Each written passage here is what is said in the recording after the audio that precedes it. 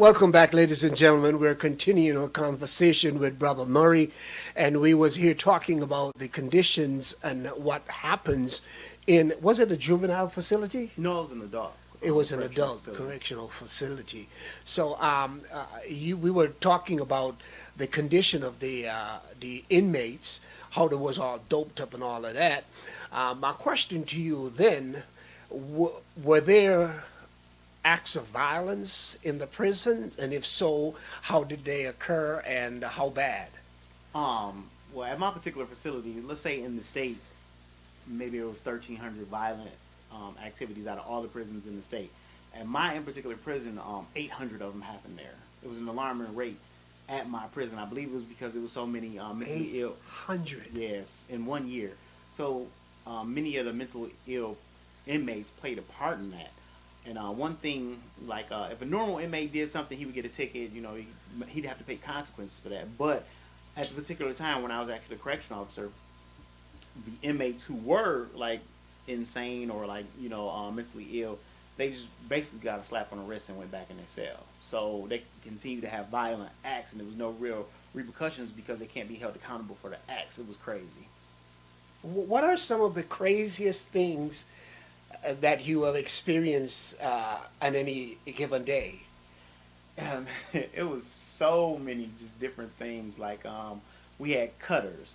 So what a cutter We is? have what? Cutters. And what is a cutter? A cutter is basically an inmate who likes to cut himself. So one particular day I went into the cell, and we had to do certain checks or whatever. And as I looked in, I seen a guy. He cut himself everywhere he could bend at. So he cut his wrist. He cut in his inner arm right here, like where he bent his elbow, cut right there. On both sides, cut it. He cut under his legs, behind his kneecaps, and like sliced his ankles up real bad. And it was just blood skirting all over the room. It was horrible. We had another inmate who was infamous for cutting himself open. So he would cut from like right here at the top of his rib cage, and he would just cut down, and he would dig inside of himself and pull his intestines out. And he would wait for somebody to come by, and he would look and say, "Hey, I need some help." And basically, as crazy as it sounds, he did this just because he got tired of sitting in between his four walls, and he wanted to take a field trip, as he would say. So he wanted to go to the hospital and see different people. So he would cut himself open and take his intestines out. Was this person considered to be one of the insane persons? He- Or was he a regular guy just wanting to take a trip?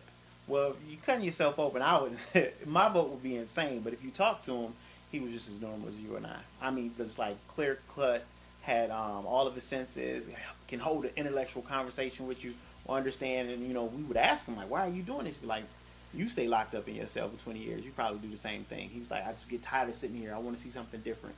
I don't want to, just die here and never see anything." So the best way he can do that is to cut himself open. He actually cut himself open so many times that his wound wouldn't heal. So he was always open, and so it got really easy for him to just reach in and pull his insides out.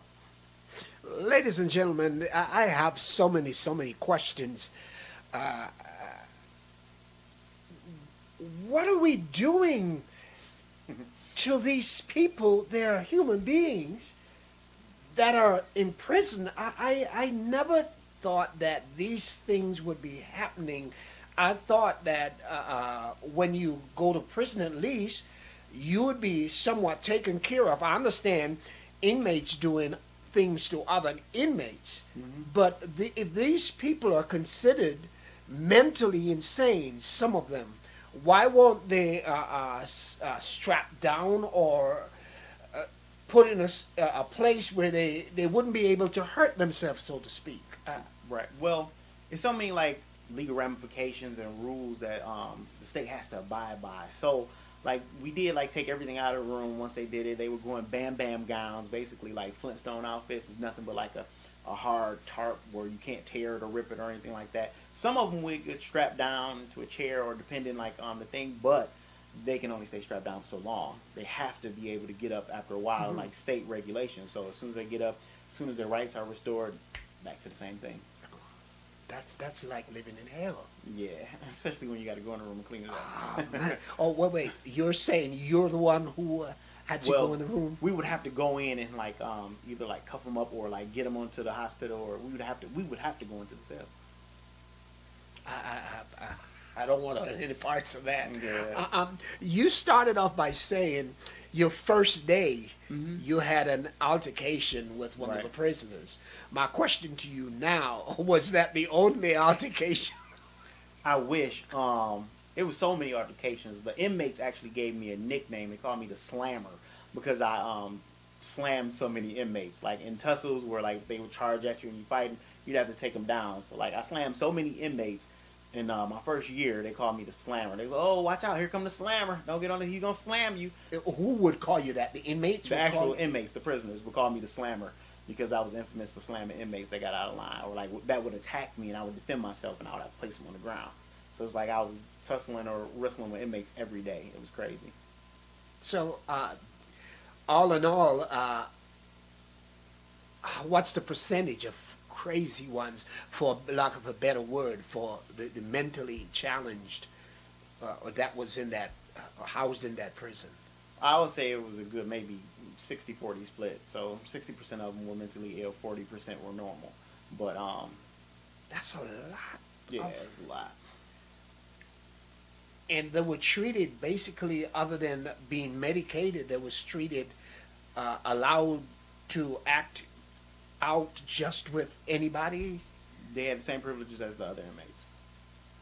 What was the treatment? I know you tell me that you were nicknamed the Slammer. Correct. What was the treatment of the actions of the other officers towards the inmate? Well, I like to say every officer was a good person, but that's not true. So you had a mix, just like in any field, you have good people, you have bad people. So a lot of officers were actually stand-up, great officers. Some of them were bad. So some of them treated the inmates like dogs, like animals, and other people treated them with respect. Myself, I'm a firm believer in treat people how you want to be treated. So if I was locked up or incarcerated, and I wanted to still be treated like a human being. So I treated people like human beings, and I tried to always do what was right. Now, if an inmate attacked me, of course I'm gonna have to, Defend yourself. defend yourself. That's Right. where the nickname of Slammer came from, because when I was attacked, I would take them to the ground and I'd lock them up or whatever. But other than that, I treated everybody like human beings. I try to give them respect. Everybody makes mistakes. You paying your debt to society, and I'm just here to make sure you don't hurt yourself or anybody. So Your time of being in that position, did you recognize anybody that you knew from the outside that was incarcerated while you were there? luckily, no. Luckily, I didn't see anybody that I knew. That was a good thing. Why? Because it's kind of hard to see somebody that you grew up with or somebody that you cared about or loved incarcerated. So, like, to be my actual prison. I know a lot of people who are locked up, but not in my actual facility, If this were to happen, do you think you would show preferential treatment to, let's say, a buddy that? No, it's laws and regulations against that. I can go to jail for that, so no. So you're saying if I was to be in your facility, I wouldn't get nothing from you? No, I wouldn't. Yeah, no. I don't want to be in the cell next door to you.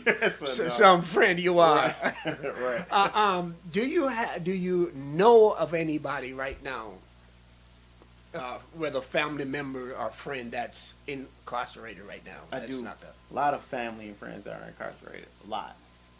do you speak to? I mean, what's have you spoken to any of them, or what's their condition? How long are they locked up for? And what?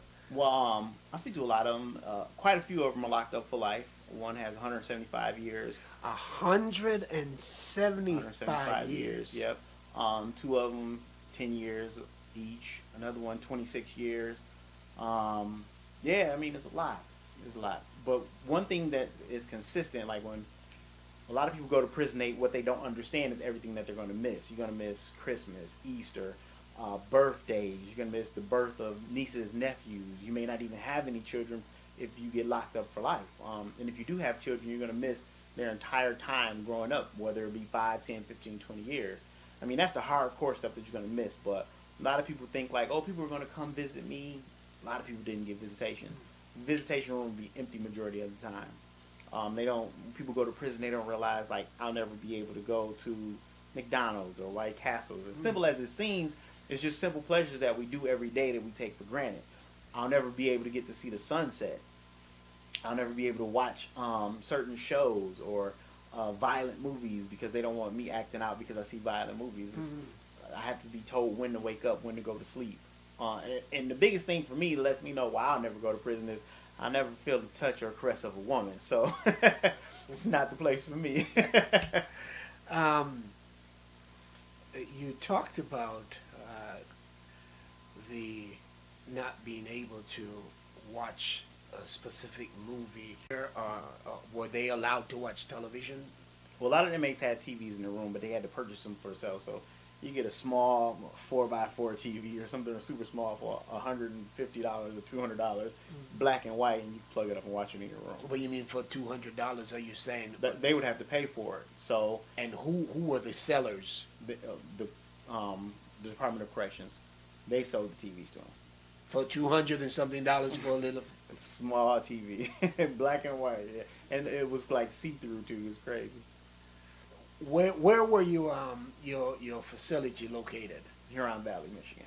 Huron Valley, Michigan, and that's a little south of here, I think. Ypsilanti, Ann Arbor area. Ypsilanti, Yeah. Ann Arbor.